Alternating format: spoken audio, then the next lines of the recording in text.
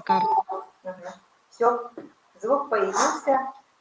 Значит, нам Анастасия Михайловна прежде сказала, какие у вас есть интересующие вопросы.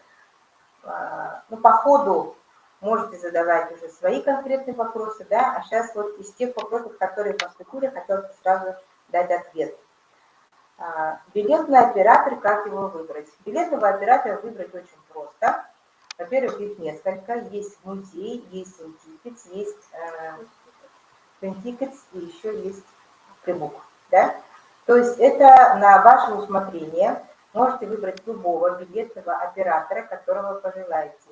Мы, в свою очередь, рекомендуем вам отработать с Интикетсом.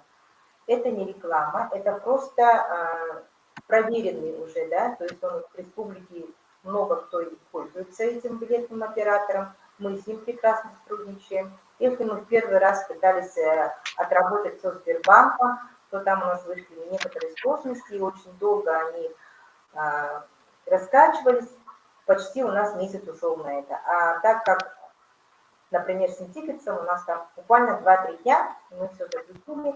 Если кого-то заинтересует, можете написать, мы вам вышлем координаты, как выйти на них, либо можете забить в интернете, найти их, да? Это очень просто. Следующее. Белый и серый терминал. Отличия могут ли быть в одном носителе? То есть и белый, и серый терминал сейчас выпускается в комбинированном виде, можно использовать его, то есть и то, и другое, в одном терминале можно его использовать. Но при этом сразу замечу, если вы сейчас, например, не имеете никакого терминала, ни белого, ни серого, да, и хотите просто участвовать в программе «Пушкинская карта», то не обязательно приобретать эти терминалы физические, можете просто зарегистрироваться и работать в онлайн-режиме, то есть на своем сайте, продавать билеты. Так, и как вернуть непробитый билет? Непробитый билет возвращать не надо, потому что билет может быть возвращен только в том случае, если человек заранее сказал, что не придет, предупредил, написал, сообщил, что не сможет по каким-то объективным причинам не прийти на мероприятие. Тогда можно, да, возвернуть деньги за билет. А если он вообще не пришел, просто так купить билет, то это считается билет уже продан. Это как обычно. Если вы на самолет опоздали, вам же никто билет не возвращает. Так, на мастер-класс продали 10 билетов по Пушкинской карте. По факту не пришел ни один человек, считается ли мероприятие состоявшимся. Но если вы реализовали билеты, в принципе, да, то это на ваше усмотрение. Может считаться, что состоявшееся мероприятие. Раз билеты купили, по каким-то причинам люди не пришли. Почему не пришли, это уже другой вопрос, конечно же. Дальше. Какие действия, если не успели пройти модерацию на сайте? Если вы не успели пройти модерацию на ProCultura, если вы не успели, это по Пушкинской карте, да, если вы не успели замоделироваться у наших модераторов республиканских, то, стало быть, мероприятие можно провести, но уже не по Пушкинской карте, а просто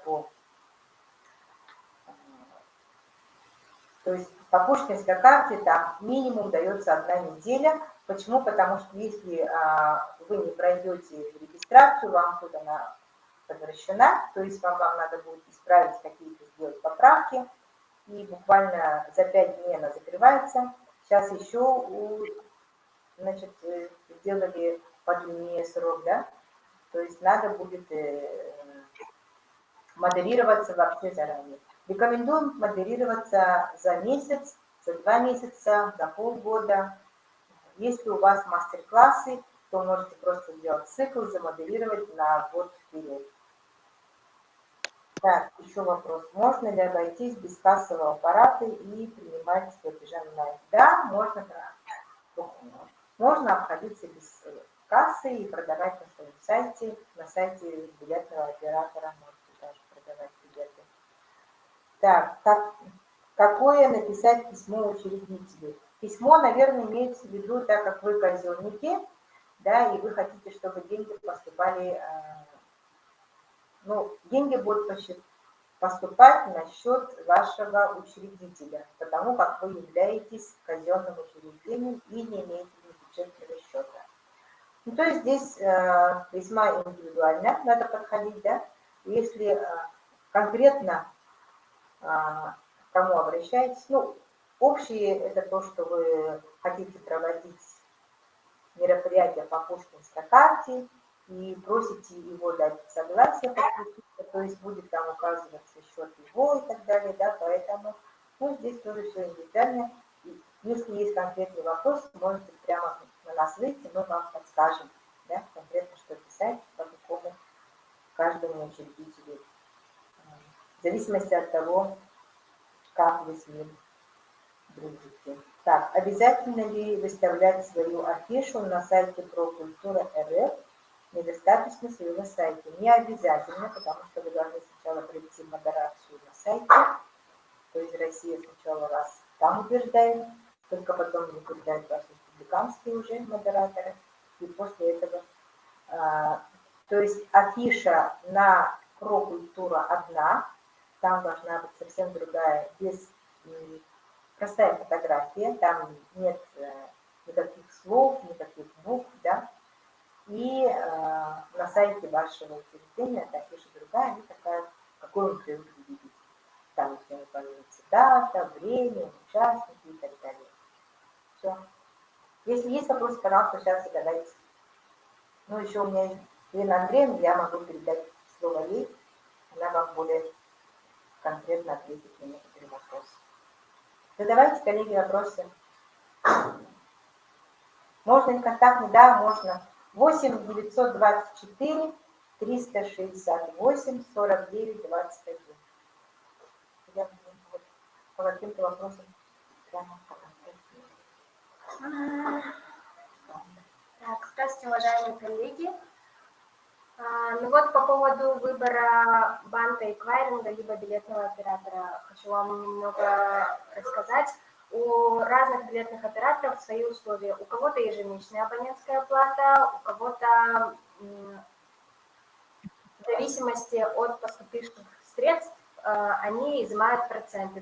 Например, у Интикетса максимальная плата за их услуги это 10% от уже проведенных мероприятий. То есть, если вы, например, не проводите никакие мероприятия, там летом у вас отпуск, либо, не знаю, просто не модерируете мероприятия, то вы можете спокойно ничего им не платить. Вы им ничего не должны.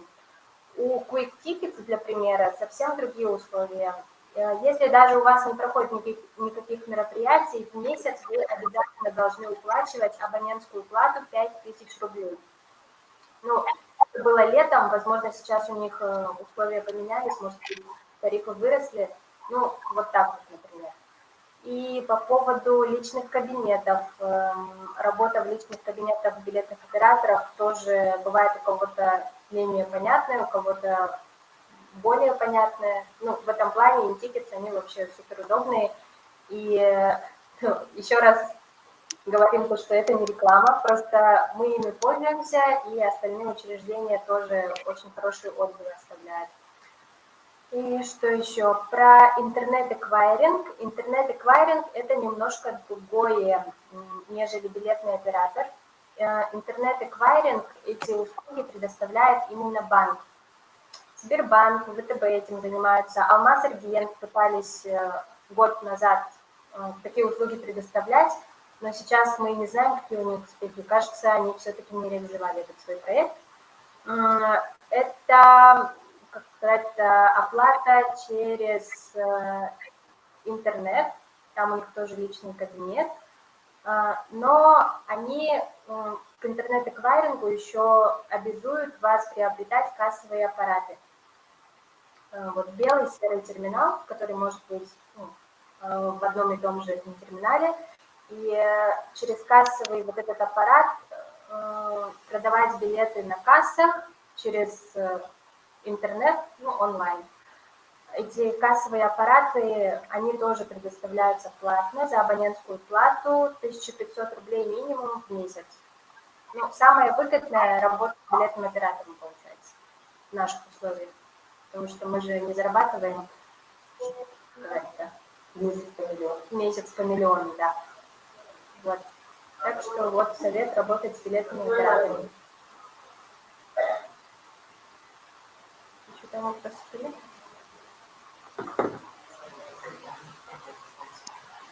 Да, там поступил вопрос, куда поступают деньги от пушкинской карты. Ну, это, видимо, да. Там надо объяснить от бюджетного учреждения и от казенного.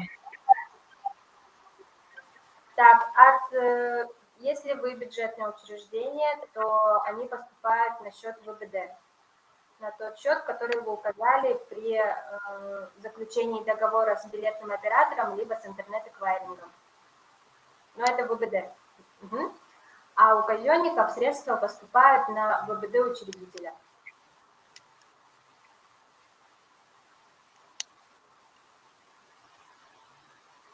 Угу. Еще есть вопросы? На расчетный счет библиотеки?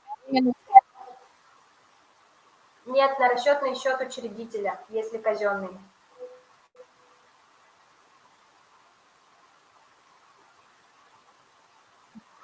Если бюджет, то уже на расчетный счет самого учреждения, которое проводит мероприятие.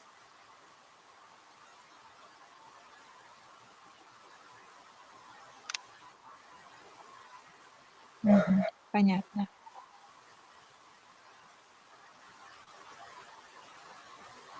Угу. Еще вопросы?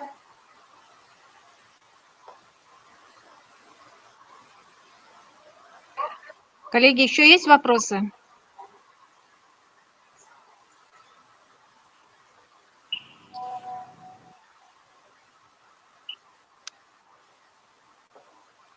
Можете записать мой номер.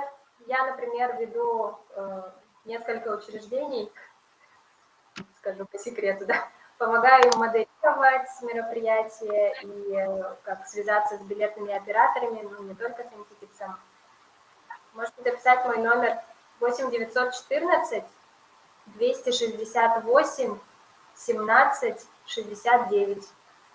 Данилова Елена Андреевна.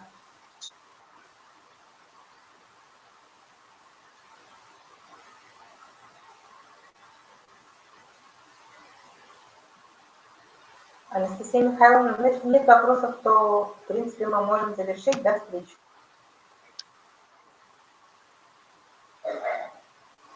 Коллеги, вопросов нету, да? Сейчас я...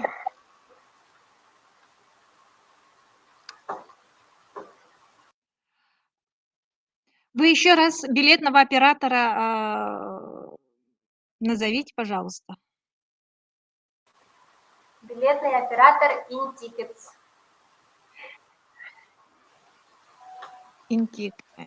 Ага, понятно. Так, номер телефона, повторяю, 8 914 268 17 69.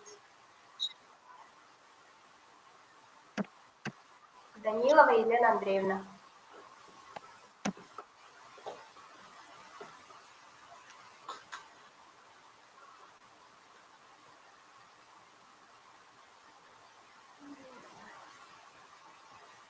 Что? Что? Так, Подводный камень.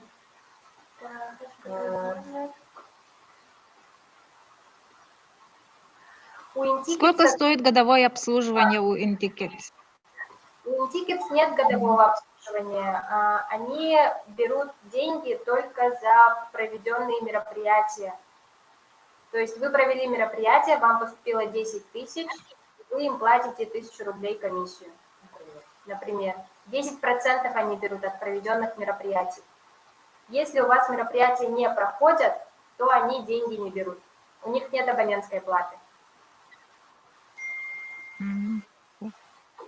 Спасибо. Да? Вот когда с билетными операторами общаетесь, надо прям четко уточнять, сколько нужно платить, есть ли абонентская плата или нет. Может, у них годовое обслуживание есть. Они, например, за месяцы деньги не берут, но в конце года вам придет счет там, на круглую сумму. Такое тоже может быть. Так что с этим надо хорошо, внимательно все нюансы обсудить.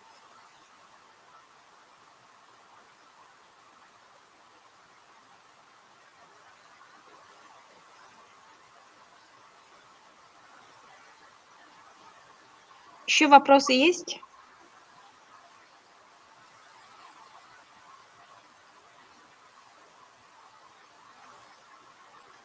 А вот насчет афиши, да, афиши про культура. Ну вот весной, говорят, было, да, тоже занятие по как писать афишу. Там тоже есть конкретные же, да, требования. Конечно, конкретные требования есть, но это надо здесь прямо рассказывать, показывать, ну, потому что проводили практические занятия, прямо у нас на занятиях люди записывали, прямо составляли афишу, да, бесплатных мероприятий, чтобы, ну, практиковаться. Мгм. Там есть свои особенности, но они несложные. 1-2 раза составил, и уже дальше пойдет очень просто. Опять-таки, если хотите, то Как по шаблону, да? позвонить, да, поговорить. Я думаю, сейчас сидеть объяснять не успею. Ага, ну мы это с коллегами обсудим насчет афиши, да, это, как я поняла, там практическое занятие нужно. Мгм.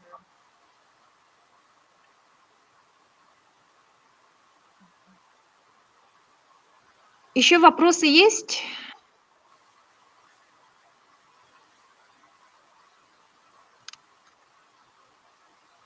Пока есть возможность, задавайте вопросы, в которых вы затрудняетесь.